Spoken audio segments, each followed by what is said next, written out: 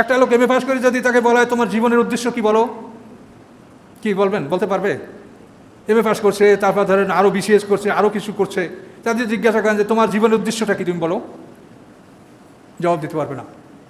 একটা মানুষের জীবনের উদ্দেশ্য কি? একটা মানুষের জীবনের উদ্দেশ্য হলো গোলাম হওয়া। গোলাম মানে কি? চাকরি লাভ করা। লেখাপড়া কেন করেন? চাকরি পাবেন। মানে কি? আপনি গোলাম হবেন। কথা বুঝতে পারছেন আমার?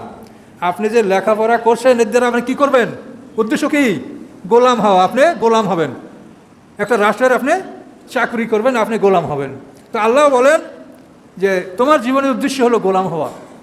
তুমি আমার গোলাম হও, তুমি ভেস্তে চলে যাও। ফাদখুলি ফি ইবাদি ওয়াদখুলি জান্নাতি। তো এখন আপনি পৃথিবীর একজন রাজার গোলাম হওয়ার জন্য আপনি জীবনের কত সময় ব্যয় করলেন? আল্লাহর গোলাম হওয়ার জন্য আপনি কত সময় ব্যয় করলেন? আল্লাহর গোলাম হলে আপনি কি পাবেন, আর পৃথিবীর গোলাম হলে আপনি কি পাবেন? এগুলি হাসরের ময়দানে আপনার হিসাব কিতাব হবে। 50,000 বছর সমান দিনে বিচার হবে। এগুলি সেদিন তোলা হবে। ফামান তাগা ওয়া আসার হায়াতাদ দুনিয়া ফাইনাল জাহিমা হিয়াল মাওয়া। যে বিদ্রোহ করে, দুনিয়া জীবনকে প্রাধান্য দেয়, নিশ্চয়ই জাহান্নাম তার ঠিকানা। তাহলে এখন আপনি নিজের কাছে নিজে এগুলি প্রশ্ন করেন যে আপনি এই দুনিয়ায় ভালো থাকার জন্য 50, 60, 100 বছর ভালো থাকার জন্য আপনি জীবনের 18 বছর 20 বছর পর্যন্ত আপনি এর পিছনে ব্যয় করলেন, কিন্তু যেখানে আপনি হাজার হাজার কোটি বছর বেঁচে থাকবেন সেই জীবনের জন্য আপনি কত সময় ব্যয় করেছেন?